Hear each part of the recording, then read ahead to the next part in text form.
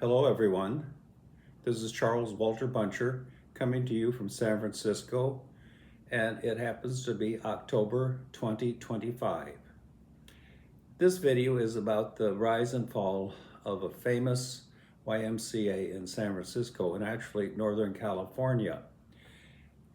It was dedicated in 1909. The President of the United States came and cut the ribbon, President Taft.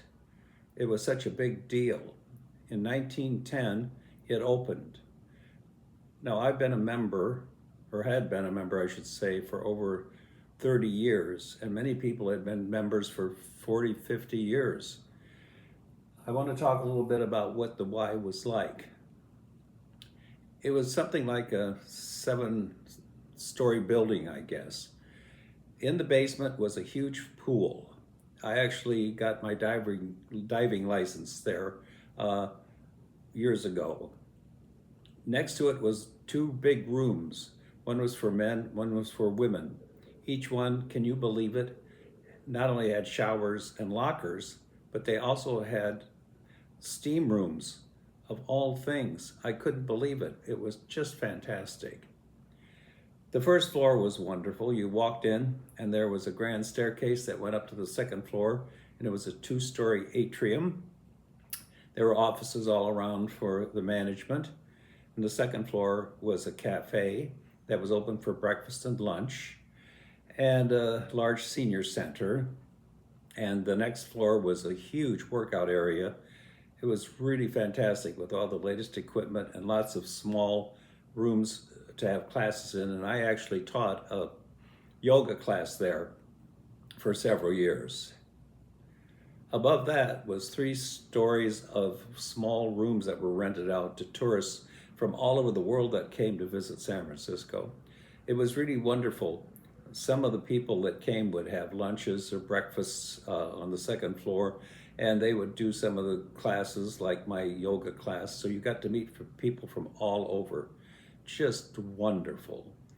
And on the top of the building, the roof was a huge garden, sunbathing, and a place that we could have all kinds of parties, barbecues, you name it. The entire building was just wonderful. It served children, it served adults, and it served seniors. It was just a wonderful, wonderful YMCA. And as I said, it must have been one of the largest when it was built, maybe on the West Coast. But times go on, and we shall see in the next phase what I'm going to talk about.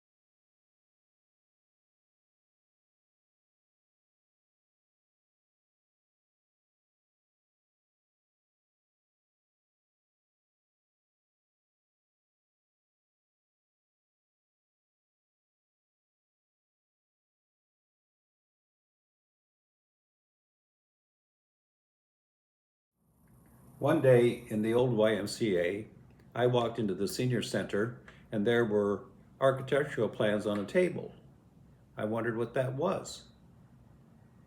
They said they were going to build a new Y, and it had pictures of the facade and what the inside was going to look like. So I told a bunch of the senior members and other people of interest, and they looked at these plans and said, wow. Then we found out that probably it wasn't worth it to try to rehabilitate the building, and they should just build a new YMCA, Central YMCA, and sell the other building. The other building was sold, and the original Y turned into a place for homeless people to go in for medical care, for drug addictions. They were going to change those small apartments into rooms for veterans who had PSTT in, psychological and health issues and so on. So we figured, well, if they're going to build a new Y, that was okay. So they moved us for the time being across the street into a new building, but we only had 2 floors, the basement, which was for exercise, and a senior center on the first floor. Now, the senior center workout area in the basement opened onto a large empty lot. And we said, oh, well, maybe they're going to build the new Y on this new lot. In the meantime, a very rich family, Chinese, had set up a donation to the Y, and the daughter was in charge of the business, and they gave, I heard, $5 million, I'm not sure, and they changed the name of the Y to the Taft Central YMCA. But that name was only on the original building for a year, and then it ended up stuck in front of this 2-story senior center across the street. So we just couldn't believe it. Like, are they going to go and build a new YMCA on this empty lot? So we got together and talked about it, all the members of the senior center, and the following will tell you what transpired after our meetings.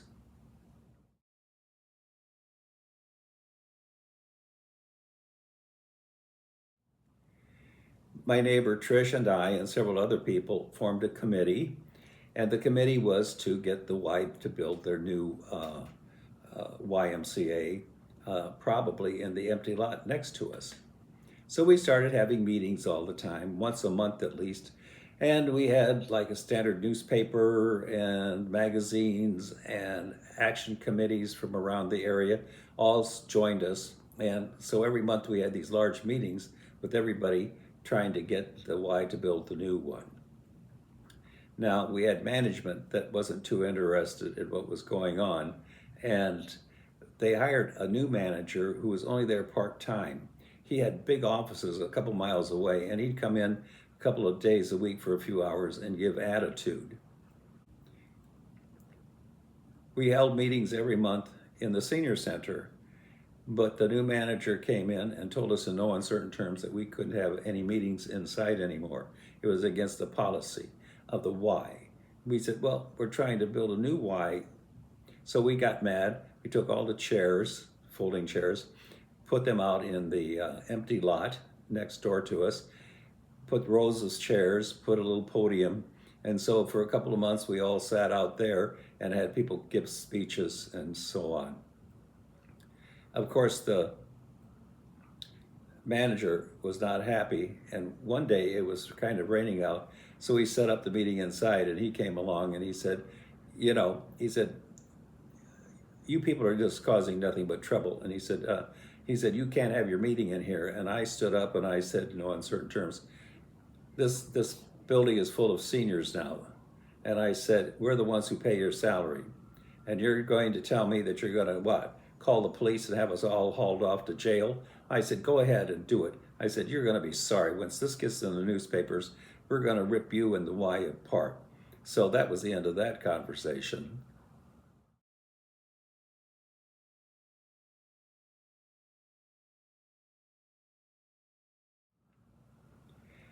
Now, as we were holding these meetings, we found out that there was a man from the law school that was just a block away, and he had suggested that the Y should go in with them, and they were going to build something on the empty lot next to the temporary Y. It's going to be like 7 stories tall, and he said that they would go in with the Y, and the basement would have a pool and lockers and all that, and then there would be offices and stuff, and a big workout area, and a senior center with a balcony on the side that we could sit outside in nice weather and stuff, and the rest of the building would be all housing for students at the law school. So of course we thought this was wonderful, and we got he and other people from the law school to come in and work with us. David Seward was such a wonderful person and so helpful. But that ended up as being no avail, as you will see in the future.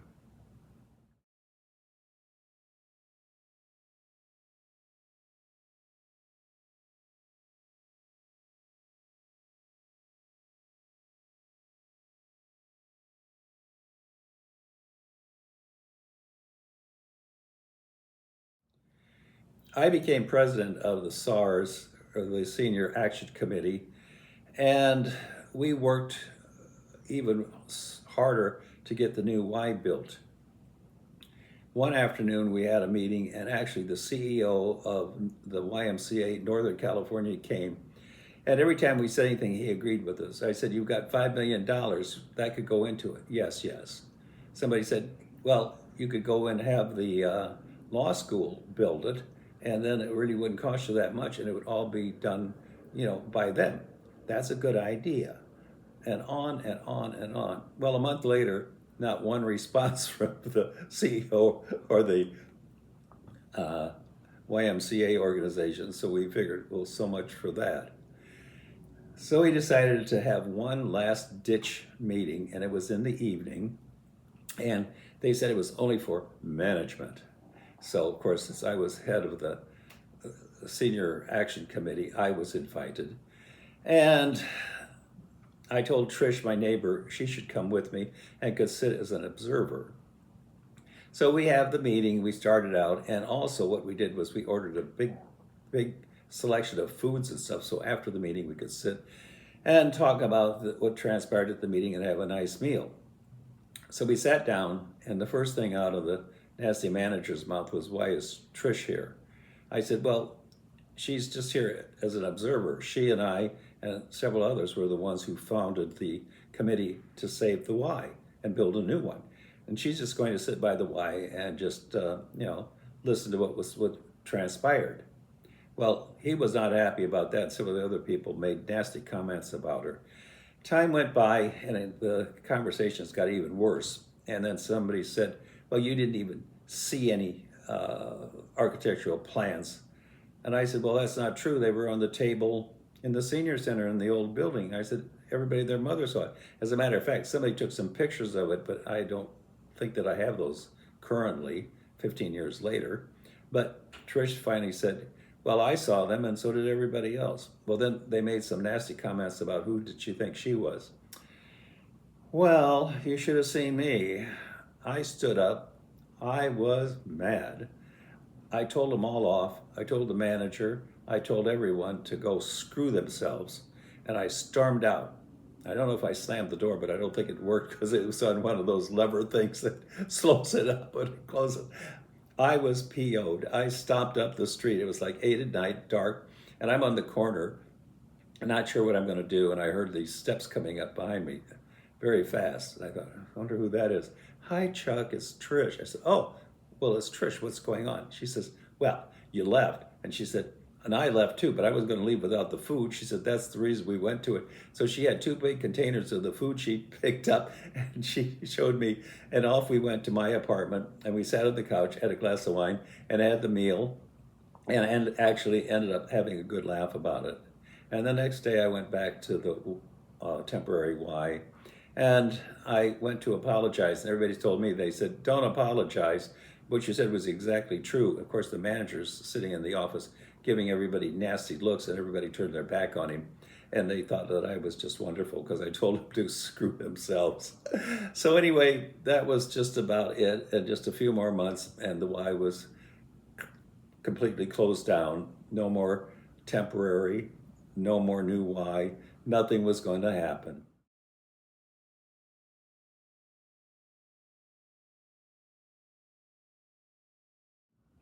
The last day we had a huge party in the empty parking lot, not parking lot, but the empty lot that was next to us. We had hundreds of people there. It was just wonderful. We had a wonderful time. We laughed and sang and talked about the good old times and stuff like that. And then the Standard newspaper was there, and they wrote a big article. And in the article, they said not only did we all get screwed over, and the Y was not going to build a new Y, but the daughter of the family that gave the money to the Y also made a statement that she said it was the worst business decision she ever made in her life, because they had royally gotten screwed by the YMCA, because the money went to upgrade other Ys and not to build a new one in her father's name. So anyway, that was the exciting part of the history of the Y. Now, there's also a little bit more about the history of the Y that you'll hear after you see the next pictures.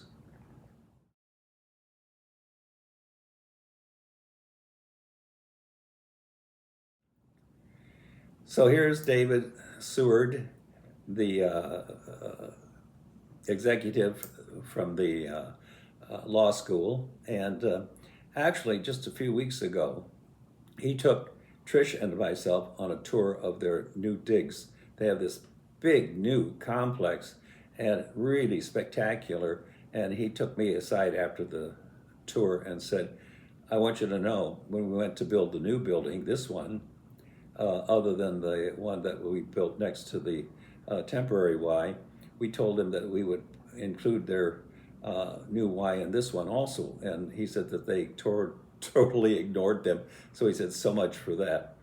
And if you're interested, after this video, I do have another short one that will detail what the visit was like when we went and toured the University of California Law School.